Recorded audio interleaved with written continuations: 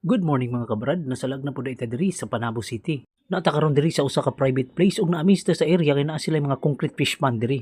Ug matod pa sa caretaker diri, abandon na kini ug gisayangan siya sa area, iyang gibubihian og mga cultured nga ulang. Maski na ko nga nagtan-aw gisayangan ko sa area kay lapad kaayo. More or less 30 ka blocks nga fish pond ni. Unya ang iyang nagamit nga gibuhian niya og ulang upat lang ka blocks. Ug nangutana ta sa caretaker nganong naaning mga blocks nga fish pond diri. Unya nahibaw-an nato nga cultured nga kasili di sa una ang ilang gibuhi diri. So mautong nakahuna-una din ko sa kong kaugalingon kung ako apaning area, dugay ra ko ni kibuhian og mga hito. Estimate na ko every blocks pwede 1.5 ka hito ang pwede ibutang. Unya 30 man ni ka blocks pwede 45,000 ka hito ang pwede natong ibutang. So di na ta magdugay mao na ata diri. Kay namalit pud sila og fingerling sa hito. Kay testingan po daw nilag muhiya nga 1.5 nga fingerlings ang isa ka block. Mo na ning fingerling sa hito og naa sa mga galon nga ilang buhion diri.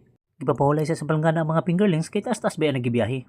Lisod na og may stress sila mga matay unya, sayang pod ang gasto. Mao ni nga block ang buhian sa 1.5 ka fingerling. Ug tubig ra sa ulan ang gigamit ani.